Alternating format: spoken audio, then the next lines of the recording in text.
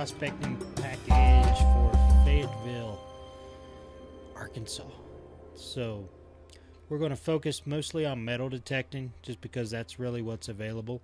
You'll download the package, and all you have to do is open your Google Earth and then File, Open, and select your package, and it will open that up and then automatically start zooming in.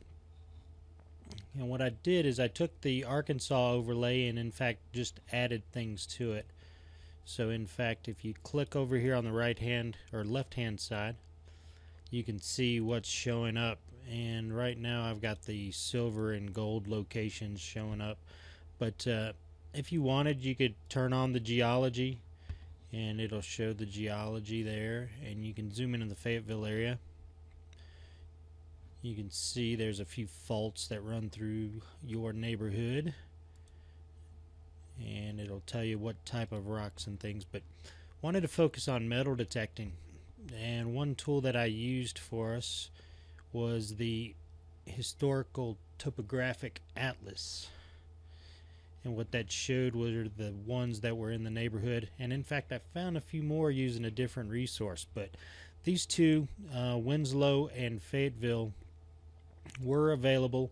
It took a little bit of time to get them dialed in, but as I will show you here in a second, they are ready to go. The other thing I did is I went and grabbed the current topographic maps. So if you want to turn all of those on, you just click right there and it will turn on everything. I didn't see much opportunity for prospecting or metal detecting here in this area between you and Bentonville, but put those in there just because in fact the area I want to show you that I would hit first is the Twin Mountains area. And while there are some roads shown, and in fact these white borders, if you want to turn those off, you just figure out which one, and I believe that's the Wheeler. You just turn that off. But this is a power line, but there's trails coming up here towards Twin Mountains, but nothing else was showing. But when you get the historic topographic maps laid in, let me show you this, and then turn off the current topographic, it shows that there are cabins up on these roads, and in fact that road that was dead-ended shows that it continued and sort of followed the contours down. So in fact I went through and marked each of the spots that I would hit first, and in fact over sketched a map. These don't line up perfectly just because of scale and everything else, but if you notice, if you look at the Twin Mountains, and then if you put the current topographic right on top of it, I've got the twins pretty much matched up.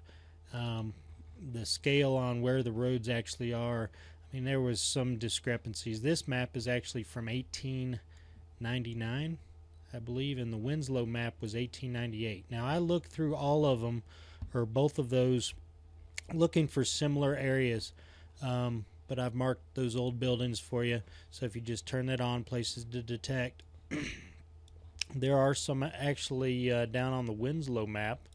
Let me turn that one on. There are a couple of other spots that are actually not quite, but almost ghost towns where there was a cluster of buildings and it had a name like Hubbard. If you turn off that historic topo map, the problem with these areas are more often than not the flats are going to be private land. As you can see where that historic little city is shown, the road has been rerouted to the other side of the stream. That's Sulphur Fork, and this little road was here. So any of these spots where these old roads were, and in fact you can try to line up a little bit better like this one. You can see I can shift it down. I did spend most of my time on, so that old town would have been right here, and then there's another one. So there's Hubbard, and then there's where is it? Boonesboro, which was a cluster of buildings. Once again, it's now called Cane Hill. That's the new one. But as you can see, even though this road is lined up, once you shift over a little bit due to scale, it sort of shifts out a little bit. So just play with that. And I had a tutorial on how to do that, but let me show you real quick. If you need to reposition or move these topographic maps around, you just right click on the one you want to change, select properties, and you see these greens. You can just grab and shrink and swell, line things up the best you can. This one does both axes, up and down, side to side. The X in the middle, or the cross in the middle, allows you to shift the entire map around, but I don't want to do that. As you can see, you can use county lines. The blue is the county line, and the dashed is the county line on the historical map. But any of these areas that had old trails coming through with these black dots, the black dots are buildings. So those are the prime spots to get out there and coin and relic detect. So hope that helps you out. Let's see, was there anything else I wanted to... Oh, I did run through the Fayetteville owned city-owned land and looked at the big tracks that they had, and I really didn't see anything on the old maps that might be on available. Now you could try to dial in a little bit here along the edge of, that's a reservoir over here, Lake Sequoia. I can't read it through there. Let's turn that off real quick. And is that even named? But you can see some of that's private land now.